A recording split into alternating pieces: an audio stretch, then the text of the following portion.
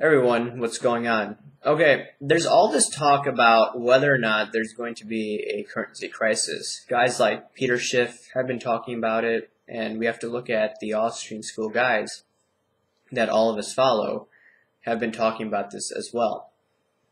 Now, let's look at the other school, the Keynesians. Paul Krugman says that we could print our way out of this mess, which sounds crazy. But let's just try to see where he's coming from. And actually, Paul Krugman wrote a paper about will there be a dollar crisis? And this is what the video is going to be about. Will there be a dollar crisis? And let's look at some of the arguments coming from the hard left, like guys like Paul Krugman, because it will make us understand where the Austrians and the Keynesians lie. So Paul Krugman, first of all, background information about him. He was the first to write about currency crisis papers in the 1970s, or modern currency crisis papers. And what Krugman said was that, first of all, in order for a country to experience hyperinflation, what needs to happen is that they need to have low interest rates, they need to also have huge trade deficits, and then three, what they need to have is they need artificially low interest rates. So low interest rates, high trade deficit, and a lot of debt. That's what these three countries, or all these countries, need to have in order to experience some sort of currency crisis. So if you are a third world nation, your debt is denominated in a different currency. So how does this tie into all these three factors? So what Paul Krugman discovered was that these third world nations who experience all these three factors which I've mentioned, number one, low interest rates, two, high trade deficit, and then three, high deficits. If you have all these three factors combined with the fact that your debt is denominated in a foreign currency, then you are going to face hyperinflation. And what usually happens is that there's a banking panic, right? And following that banking panic is usually deflationary, as crazy as that sounds. But then what happens is they get cut off from the debt markets. It's known as a sudden stop. There's this economist, Calvo, and I think there was another economist that came up with this. And they basically stated that these countries will be cut off from the debt market, and thus they need to try to stimulate their way out of this mess. Some countries try devaluation of their currency to try to stimulate exports, but that doesn't usually work out for these third world countries because their debt is denominated in a foreign currency, and thus this is how they experience hyperinflation, such as Argentina in 2001. Okay, so now let's look at what Paul Krugman has been talking about. He talks about these third world nations. Now, what does he say about the United States? This is what he said in 2005, 2006, 2007. He said that the United States has their debt market denominated in US dollars, so thus we could print our way if we ever have a problem, if we have something like the 1930s. And yes, we did have something like the 1930s right now, but now we're printing our way out of this, or we're trying to. And what Paul Krugman says is that, hey, you have artificially low interest rates now, two, you have all this debt, and then three, you have these huge trade deficits. Okay? So Paul Krugman says that based on these three factors, the currency should be trading much, much lower. This is what even Peter Schiff talks about. He says that the US dollar is a piece of garbage.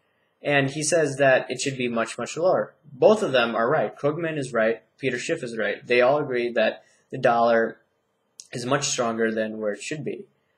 And the only reason why we haven't lost our privilege or lost our purchasing power a great deal, even though we're continuing to lose our purchasing power, but not as much as a country that experiences hyperinflation.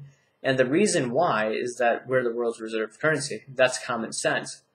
And what Paul Krugman talks about in his paper is that, okay, we have the world's reserve currency, and eventually the dollar will continue to lose ground. And what he's saying is that he believes that it will lose ground steadily year after year. And that has been happening. I mean, look at the price of gold. Paul Krugman won't admit that, but I think he understands deep down that, number one, the dollar will continue to lose purchasing power. just because we continue to engage in all this reckless money printing, all this deficit spending, having all these trade deficits. That's a given.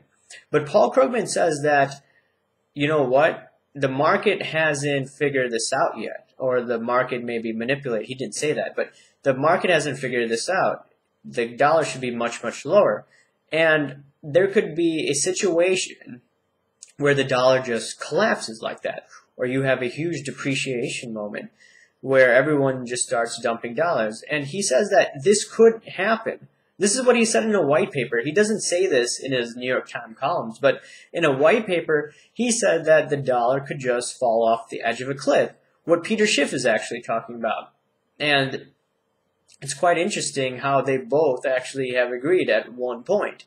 Now, the question is, will the dollar collapse? In my opinion, if we continue to have low growth like we have right now, there's going to be no velocity of money. Since there's no velocity of money, that means you're not going to have that much inflation.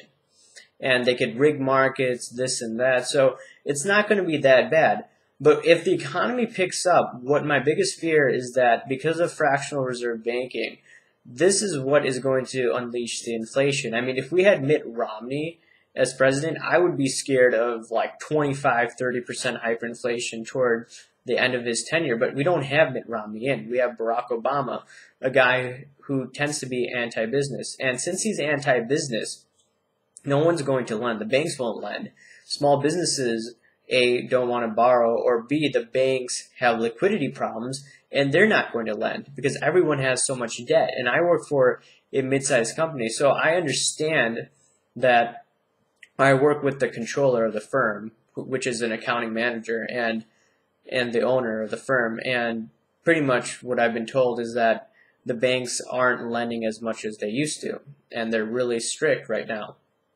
So this is what all of corporate America is dealing with. No one's going to lend. Since no one's going to lend, all this money is going to be held at the coffers of the Federal Reserve. So this money's not going to go out. So what I'm trying to get at is that we probably won't experience this nasty hyperinflation scenario or inflation more than 30% until we get the economy going. That's when I think this whole thing is going to blow up. Since we have our debt denominated in US dollars, I don't see that hyperinflation occurring yet.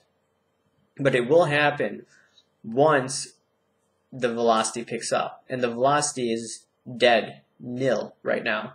So those are my thoughts on that. I don't see a dollar crisis happening right now. I could change my mind if the velocity picks up. But the velocity has to pick up, number one, if and only if the economy picks up, and then two, if all of a sudden all these countries start dumping our debt. I just had something stuck in my throat. But anyways, what do you guys think? Do you think that we're going to have a nasty inflationary scenario? Are we going to have deflation, as some of the Keynesians have been talking about, or stagflation? I'm in the stagflation camp right now, and I don't see a dollar crisis at this moment. But it could change. I mean, if we start running $2 trillion deficits, yeah, we're going to definitely see that 30–40% inflation. There's no doubt in my mind. Right now, we're muddling by, but at the same time, I don't like what the U.S. government's doing. So just because I'm not saying we're going to get hyperinflation doesn't make me a Keynesian or whatnot. So I still follow the Austrian school, guys. So those are my thoughts. Hit the like button, subscribe, and share your thoughts below. Thanks, guys.